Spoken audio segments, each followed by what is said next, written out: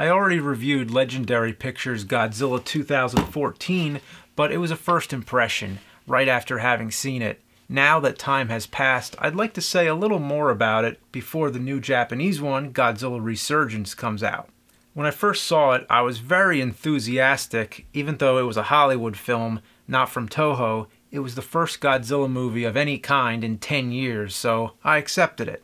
I mentioned the last time that I thought the monsters, the Mutos, didn't look very original. They reminded me too much of the monster from Cloverfield, Super 8, and Gauss from the Gamera films.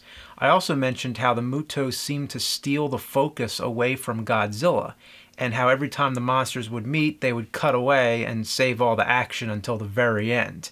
I wasn't really in love with this film, but I said that overall, it was a welcome return to a franchise that had been dormant for too long. But what I meant to say was this. We all complained about the first American version from TriStar. Now that they answered our complaints, Godzilla now looks like Godzilla and he breathes fire at the very end. So now I feel bad to complain because now it sounds like I'm being picky. Well, the truth is, this movie raised other problems. Before I get into that, first let me talk about what I liked. The opening credits. It got me from the very start. With all that 50s stock footage, it feels just like a classic monster movie. But the TriStar version also had the same kind of opening credits. Similar.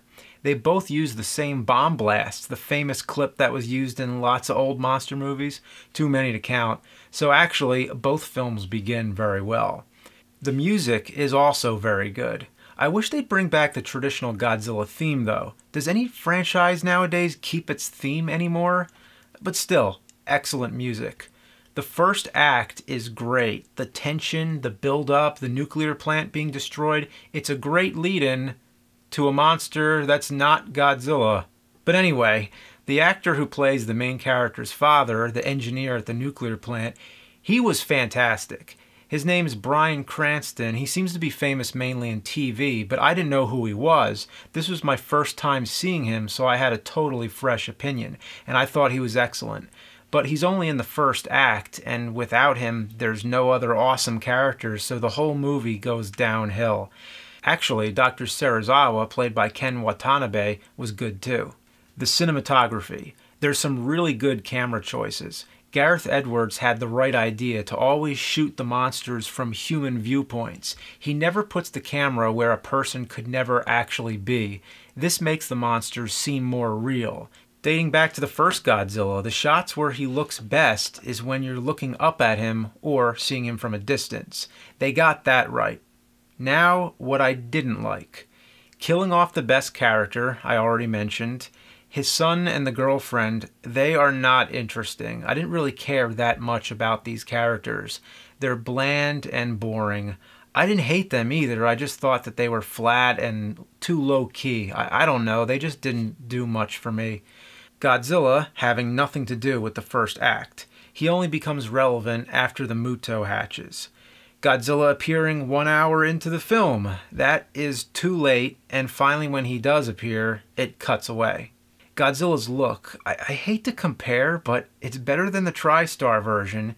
Even though he looks like Godzilla this time, when he roars, the mouth is too reminiscent of the T-Rex in Jurassic Park. You know what I mean? When you see those computer-generated jaws opening, it's beginning to look really stock and cliche, like anything that's close to a dinosaur needs to copy Jurassic Park.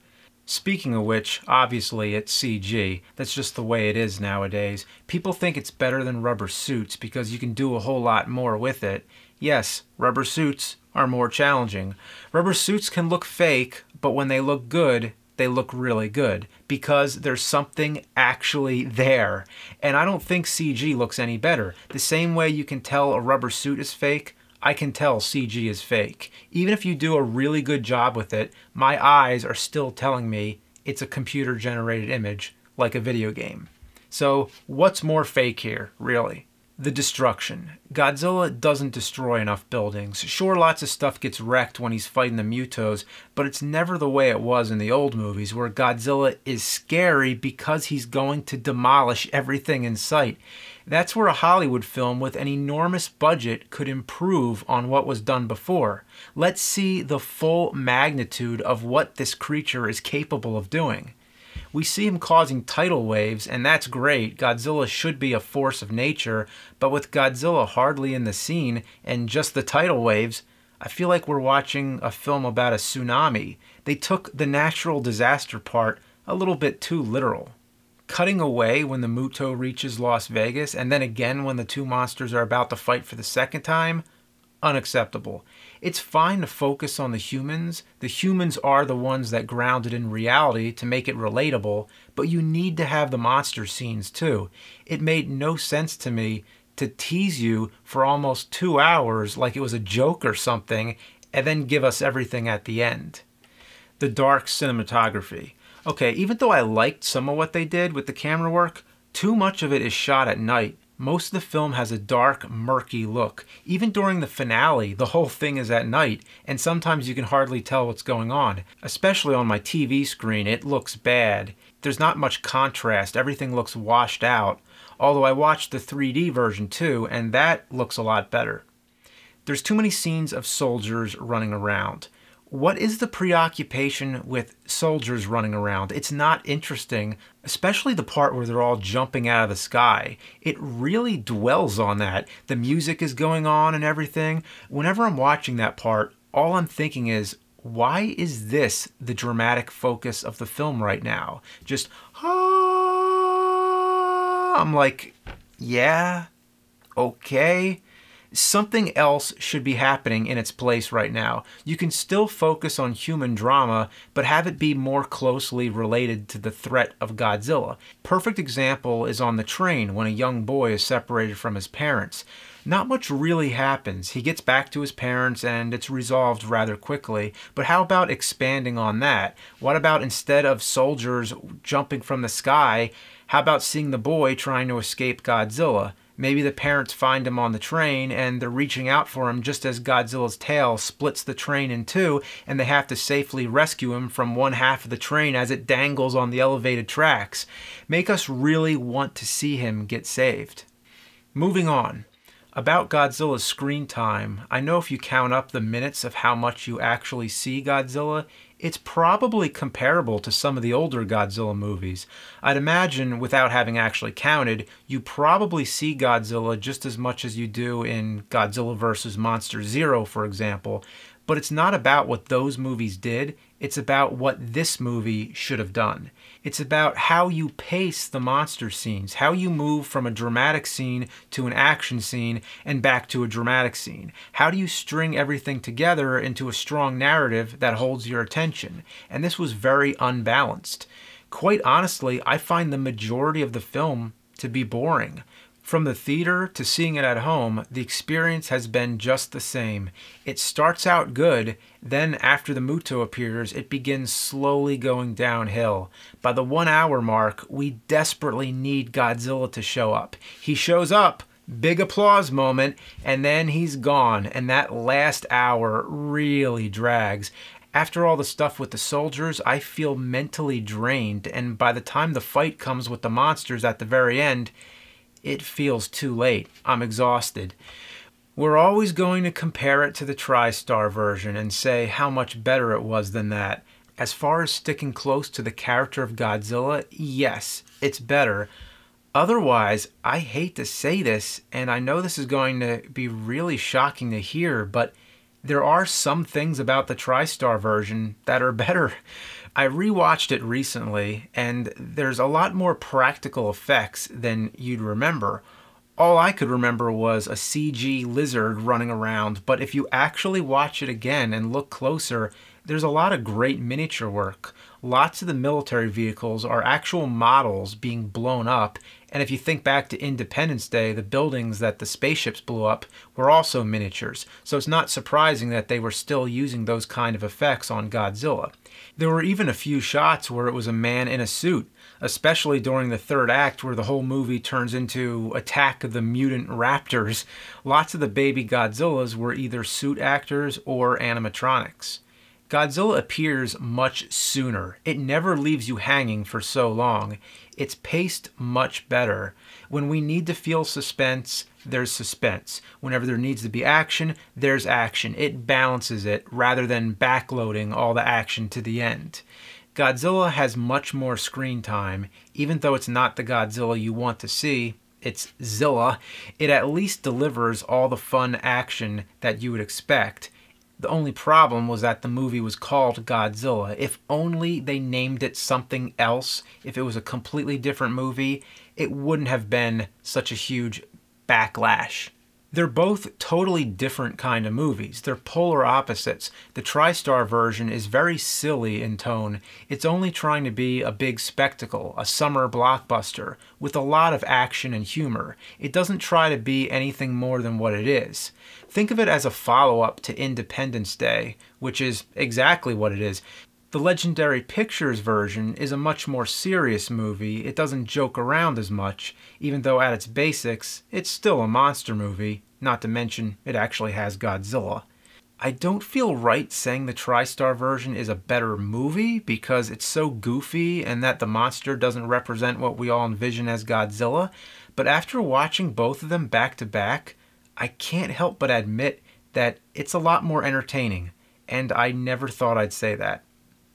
Now I want to talk about what I would have done to make the Legendary Pictures version better, because it's not that often when movie critics are actually constructive and try to give specifics. So here you go. If I were able to alter anything, here's what I would do.